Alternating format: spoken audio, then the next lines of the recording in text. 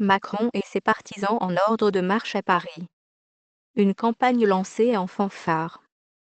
Emmanuel Macron, ancien ministre de l'économie, s'est autoproclamé candidat du travail en vue des présidentielles. Cette fois, Emmanuel Macron est en marche pour de bon. À moins de 5 mois de l'élection présidentielle, l'ancien ministre de l'économie a effectué son premier discours majeur de candidat ce samedi porte de Versailles à Paris. Quelques 15 000 personnes étaient venues écouter le candidat du travail autoproclamé. Lui qui a longtemps entretenu un faux suspense autour de son ambition élyséenne est cette fois entré de plein pied dans la campagne, plongé dans la ferveur d'une foule nombreuse et acquise.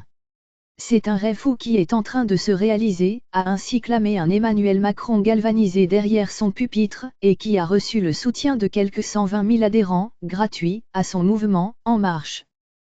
Sous les yeux de plusieurs dizaines d'élus, dont le sénateur-maire de Lyon Gérard Collomb, qui coordonne la recherche de parrainage, de l'ancien président de la région Île-de-France Jean-Paul Huchon, mais aussi des avocats proches de François Hollande, Jean-Pierre Mignard et Dominique Villemot, l'ancien ministre de l'économie, démissionnaire en août dernier, a ainsi témoigné de la vigueur de son mouvement qui revendique 15 à 20 000 personnes actives sur le terrain, selon son entourage.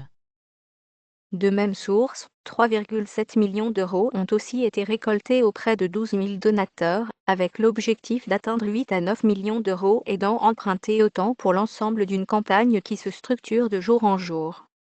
En attendant, 3 semaines après son annonce de candidature, M. Macron a donné un peu plus corps à son programme, un projet cohérent, assure-t-il, alors que ses adversaires l'ont régulièrement égratigné sur la vacuité ou le flou supposé de ses propositions. Entre deux salves d'applaudissements et durant plus d'1h40, Emmanuel Macron a déroulé ses mesures, organisées autour d'une idée force, libérer et protéger, pour réconcilier notre pays avec le goût du risque. Maintien des 35 heures. Dans cette perspective, il s'est posé en candidat du travail, promettant une baisse de son coût pour toutes les entreprises et un maintien de la durée légale à 35 heures. Je maintiendrai les allègements de cotisations déjà décidés ces dernières années, mais je transformerai le crédit d'impôt compétitivité emploi, CIS, en allègement de charges pérennes, a-t-il ainsi promis, renouvelant sa proposition de supprimer les cotisations maladie et chômage payées par les salariés, transférées sur une hausse de la CSG. L'ancien conseiller de François Hollande a aussi assuré que les salaires nets augmenteraient grâce à ces mesures. Après avoir promis d'aller plus loin dans la décentralisation et s'être de nouveau prononcé en faveur d'une autonomie des universités, des établissements scolaires, des hôpitaux, afin de libérer les territoires, Emmanuel Macron a décrit ces 3 boucliers, de sécurité, social et européen.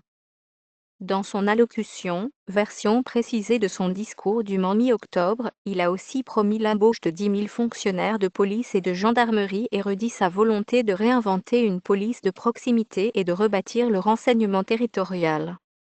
Sur le volet social, il s'est engagé, contrairement à François Fillon, à ne dérembourser aucun soin et à lancer des pistes pour refonder le système de formation en plaidant pour la création d'un service public de la formation et de l'activité.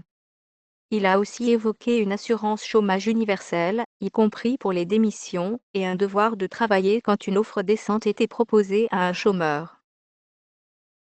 Plus personne ne parle d'Europe, a-t-il enfin déploré, en invoquant notamment la nécessité d'une politique commerciale commune pour faire face à la concurrence déloyale des Chinois et des Indiens. L'Europe est notre meilleure protection, notre identité, notre rêve commun, a-t-il souligné.